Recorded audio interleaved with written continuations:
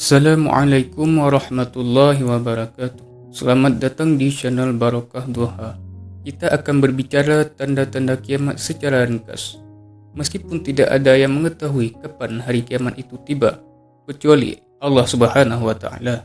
Semua umat Islam wajib mengimaninya bahwa hari kiamat itu ada dan akan datang di akhir zaman. Hari kiamat atau Yaumil Akhir adalah di mana semua makhluk hidup akan dimatikan oleh Allah Subhanahu wa Ta'ala dan akan dibangkitkan kembali, dan ia akan ditimbang amal perbuatannya selama hidup di dunia.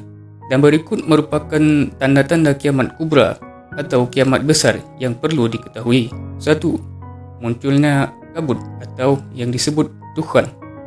Dukhan merupakan musibah dengan munculnya kabut asap tebal yang menyelimuti bumi, seperti yang disebut dalam Al-Quran surah Ad-Dukhan ayat 10-11, yang artinya, maka tunggulah hari ketika langit membawa kabut yang nyata yang menyelimuti manusia.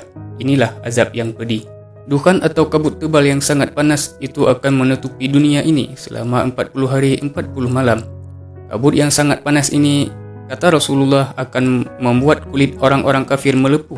Akan tetapi, bagi orang yang beriman yang amalnya banyak sebelum datangnya dukhan, maka mereka akan seperti terserang flu dan demam yang biasa saja.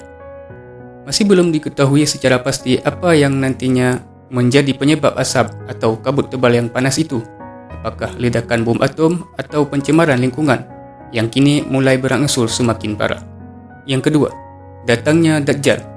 Datangnya Dajjal akan membawa fitnah yang luar biasa dahsyatnya, memfitnah setiap agama manusia.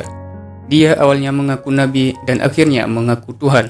Dajjal akan mengelabui dan mencari pengikutnya. Dikatakan pengikut terbanyaknya nanti adalah kaum wanita. Bagaimana tidak? Sebelum datangnya Dajjal akan terjadi 3 tahun kekeringan. Bumi akan ditahan sepertiganya, langit pun akan ditahan sepertiganya. Tidak tumbuh tanaman apapun, manusia mulai kelaparan. Saat itulah Dajjal muncul. Kemudian Dajjal akan datang ke perkampungan yang hancur ekonominya. Tidak bisa lagi ditanami kebun dan ladangnya. Tidak ada makanan untuk dimakan. Tidak ada air bersih untuk diminum. Dajjal berkata, kalau kalian beriman kepadaku, akan kusuburkan tanaman kalian. Kugemukkan dan kusehatkan ternak kalian. Kuberikan kalian harta benda yang kalian mau. Tinggal bilang, emas, perak, zamrud dikeluarkan semua oleh Dajjal. Bagaimana orang tidak kufur dan mau ikut Dajjal saat seperti itu? Kata Dajjal hujan, maka turun hujan. Kata Dajjal tumbuh, maka tumbuh tanaman. Kata Dajjal keluar emas, maka keluar emas. Maka pasti orang-orang menyangka Dajjal itu Tuhan. Dajjal mengatakan, jika kalian ingin bertemu dengan ibu bapa kalian yang sudah mati, Dajjal tinggal mengatakan kepada kuburannya, hiduplah kalian. Maka hidup bapa, ibu dan saudara yang kita cintai. Tapi pada hakikatnya itu bukanlah ibu bapa kita, bukanlah anak kita, bukanlah saudara kita. Itu melainkan syaitan yang menjelma menyerupai bapa, ibu dan saudara kita.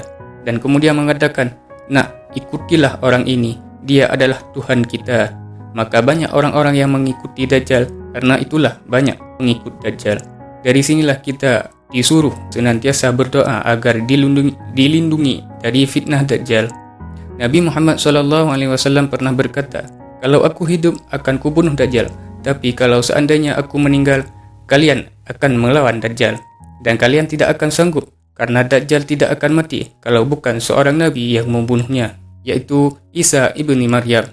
Dan Imam Mahdi hasil dikalahkan oleh Dajjal, sehingga Imam Mahdi harus tinggal dan bersembunyi di Bukit Tur bersama pengikutnya. Tidak ada jalan lain kecuali harus berjihad, mati syahid atau hidup mulia. Maka ketika subuh turunlah Nabi Isa alaihissalam. Maka tugasnya yang pertama adalah membunuh Dajjal. Selama 40 tahun ia akan tinggal di bumi, berbeda dengan Imam Mahdi yang hanya 7 tahun saja tinggal di bumi. Yang ketiga, keluar Ya'juj dan Ma'juj. Di saat Nabi Isa menghancurkan benteng besar yang dibangun oleh Zulkarnain, di balik benteng itu ada 2 kabilah besar, yaitu satu kabilah Ya'juj dan yang kedua kabilah Ma'juj. Jumlah mereka sangat banyak. Satu di antara kita 999 dari mereka. Kata Rasulullah SAW, kaum ini tidak bisa dibunuh saking banyaknya mereka. Sehingga banyak orang-orang dibunuh, dibantai dan dimakan oleh Ya'juj dan Ma'juj. dan mereka merasa bahawa sudah membunuh orang-orang yang hidup di bumi. Mereka sombong, kemudian menatap langit dan mengatakan, kami sudah membunuh orang yang ada di bumi. Kau juga yang ada di langit, ambil menunjuk langit, kami akan bunuh juga. Mereka mengarahkan panah dan tombak mereka ke langit dan melontarkannya. Maka Allah Subhanahu Wa Taala membuat anak panah dan tombak mereka tersodot ke balik awan, kemudian dijatuhkan kembali, seolah-olah ujungnya sudah berlumurkan darah. Padahal Allah sengaja membuat begitu. Tidak ada makhluk yang mati di langit, tapi mereka semakin sombong dan sombong, seolah-olah sudah membinasakan orang-orang yang ada di langit. Maka saat itulah Allah Subhanahu Wa Taala kirimkan satu makhluk kecil yang namanya Nawaf, iaitu ulat, masuk di tengkuknya. Satu persatu mati hingga semuanya mati. Ketika Ya'juj dan Ma'juj habis semuanya, kemudian Allah kirimkan burung-burung besar untuk mengangkat jasadnya dan dilemparkan entah ke mana, wallahu a'lam. Kemudian Allah turunkan hujan hingga bersih lagi bumi ini, sehingga Nabi Isa dikembalikan lagi dalam kehidupan yang luar biasa. Dikembalikan lagi bumi itu sebagaimana aslinya, berkah di mana-mana. Dan kemudian Isa ibni Maryam meninggal dunia, maka kemudian manusia kembali kufur dan sebagian mereka tetap beriman. Yang keempat, terbit matahari dari barat. Nabi Muhammad SAW bersabda, kiamat tidak akan terjadi sebelum matahari terbit dari arah barat. Apabila orang-orang melihat hal ini, maka semua orang yang di atasnya beriman. Hal ini pada saat itu tidak berguna lagi.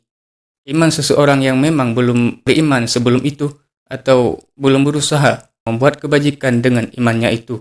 Saat matahari keluar dari arah barat, bumi gelap gulita. Manusia merasakan panjangnya malam yang berlangsung 3 malam berturut-turut. Pada malam yang panjang itu, seluruh Al-Quran yang ada di bumi diangkat oleh Allah Subhanahu Wa Taala sebelum matahari terbit pada esok harinya. Pada malam yang panjang itu, seluruh Al-Quran yang ada di bumi diangkat Allah Subhanahu Wa Taala sebelum matahari terbit. Maka pada esoknya, matahari keluar dari arah barat. Orang berlomba-lomba ingin taubat yang belum taubat. Pintu taubat sudah ditutup oleh Allah Subhanahu Wa Taala. Saat itulah orang-orang ingin menyatakan syahadat masuk Islam, sudah tidak diterima lagi oleh Allah Subhanahu Wa Taala. Cukup sekian uraian singkat tanda-tanda besar datangnya hari kiamat. Semoga kita semua senantiasa dijauhkan dari mara bahaya. Wallahu a'lam bishawab. Assalamualaikum warahmatullahi wabarakatuh.